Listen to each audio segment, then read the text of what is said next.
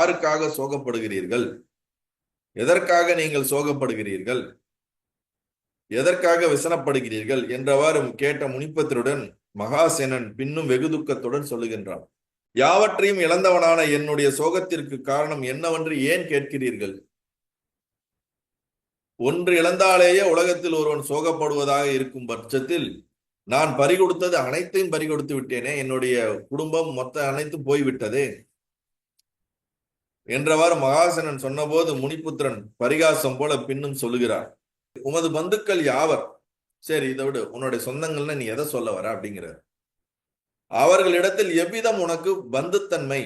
சரி, அந்த உன்னுடைய சொந்தங்கிட்டருக்கும் உனக்கும் என்ன உறவு அப்படின்னு கேட்கிறார். ஒரு கர்ப்பத்தில் வசித்ததனால் உடன் பிறந்தவர்கள் பந்துவும் என்றால், இதெல்லாம் முக்கியமான இது. நம்மள அப்படியே நேரா ஈட்டியை வச்சு குத்திரமான கேள்வியா இருக்கும். என்ன பண்றது? ஒரு கர்ப்பத்துல நீ பிறந்ததுனால உன்னுடைய அண்ணன் ஒரு அதே தாயிடம், நீனு அதே தாயிடம் ஒரு கர்ப்பத்துல இருந்து பிறந்ததுனால உன்னை பந்துக்கள் அப்படின்னு நீ சொல்றையா இருந்தால், தகப்பன் மறாத அல்லது தனது தேகத்தில் உற்பத்தமானவை அல்லது தேகத்தில் சம்பந்தப்பட்டவையான கணக்கில்லாத பூரிச கிருமிகள் மலப்புழுக்கள் ஏன் உமக்கு பந்துக்கள் ஆகாது?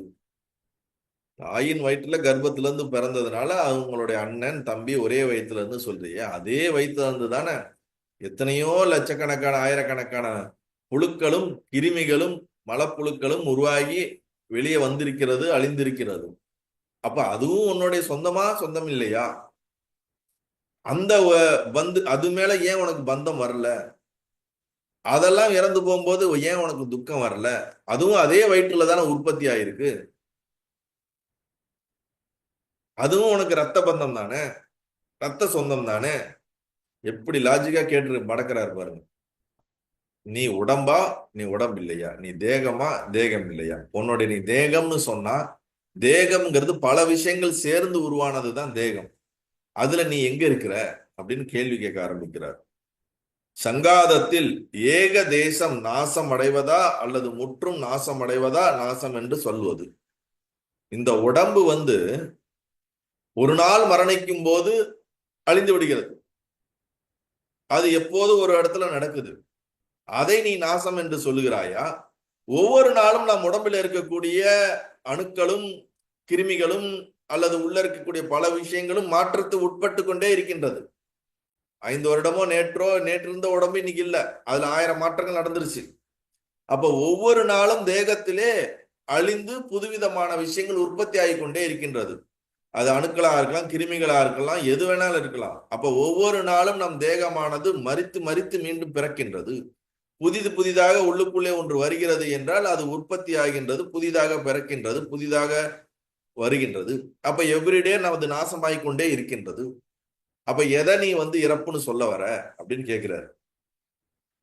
தேகத்தின் இடத்து அடிக்கடி ஏகதேசம் நாசம் காணப்படுகிறது அப்படின்னா என்னது? டெய்லியும் ஏதாவது ஒரு உடம்புல நாசமாகிட்டே இருக்குது.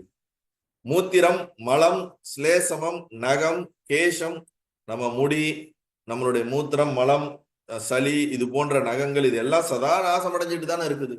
உடம்புல மாற்றம் அடைஞ்சிட்டு தானே இருக்குது. உடம்புல இருக்கிறதெல்லாம் அழிந்து கொண்டு தானே இருக்கிறது அப்படிங்கிறாரு. முழுமையுமான சங்கநாதத்தின் நாசமானது நினைக்கக்கூடியது என்று. ஏனென்றால் உம்முடன் பிறந்தவர்களுடைய தேகத்தின் அம்சமான மண் முதலியவை இருக்கின்றன என்பது ஸ்பஷ்டமே.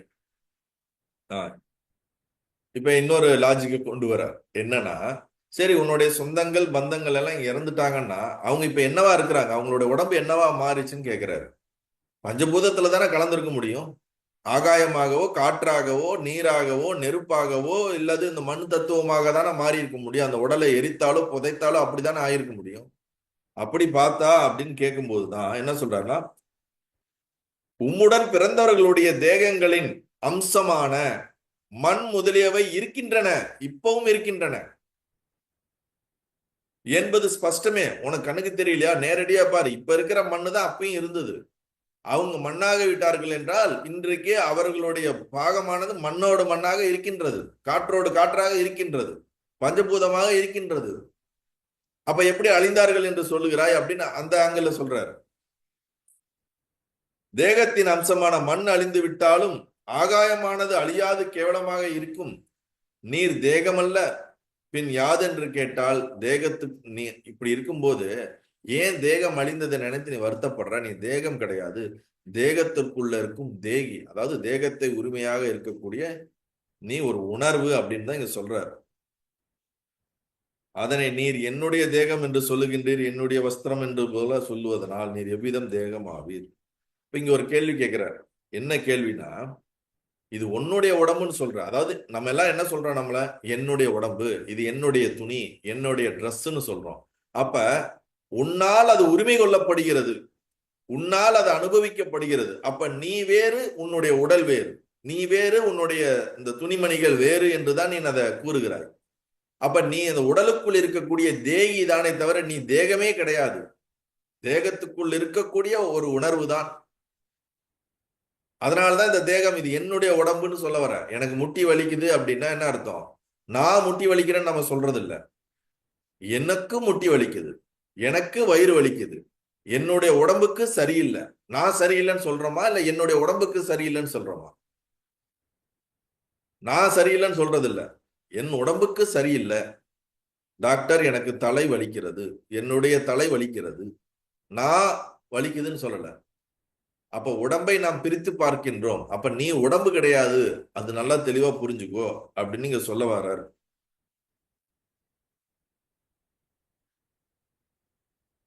நீ உன்னுடைய அண்ணன் தம்பிகளுடைய தேகத்தோடு நீ பந்தம் வைக்கிற, ஆனா அவர்கள் அணிந்திருந்த அந்த துணிமணிகளோட உனக்கு என்ன பந்தம் இருக்கு? அதுவும் அவர்கள் அணிந்திருந்தார்கள் தானே. அந்த தேகத்துல இருந்த வஸ்திரங்களோடு உனக்கு என்ன பந்தம் இருக்கு? இப்ப நீ அணிஞ்சிருக்கக்கூடிய இந்த வஸ்திரத்தோடு உனக்கு என்ன பந்தம் இருக்கு? கிடையாது. அது உன்னுடைய வஸ்திரம் வேணா தூக்கி போட்டுருவ, அது நீ கிடையாது. அதே மாதிரிதானே இந்த உடம்பும் அப்படின்னு நீங்க சொல்ல வர. வஸ்திரம் போன்ற தேக நாசத்திற்கு விசனப்படுவானேன். இந்த துணி கிழிஞ்சிருச்சுனாலோ துணி சரியில்லை என்றாலோ தூக்கி போட்டு வேற துணி எடுக்கிற மாதிரி இந்த உடம்பும் துணிக்கும் போல வெளியில இருக்கக்கூடிய ஒரு விஷயம் தான், வஸ்து தான். அதுக்கே நீ இவ்வளவு व्यसனப்படுற, இவ்வளவு கஷ்டப்படுற அப்படிங்கிறாரு.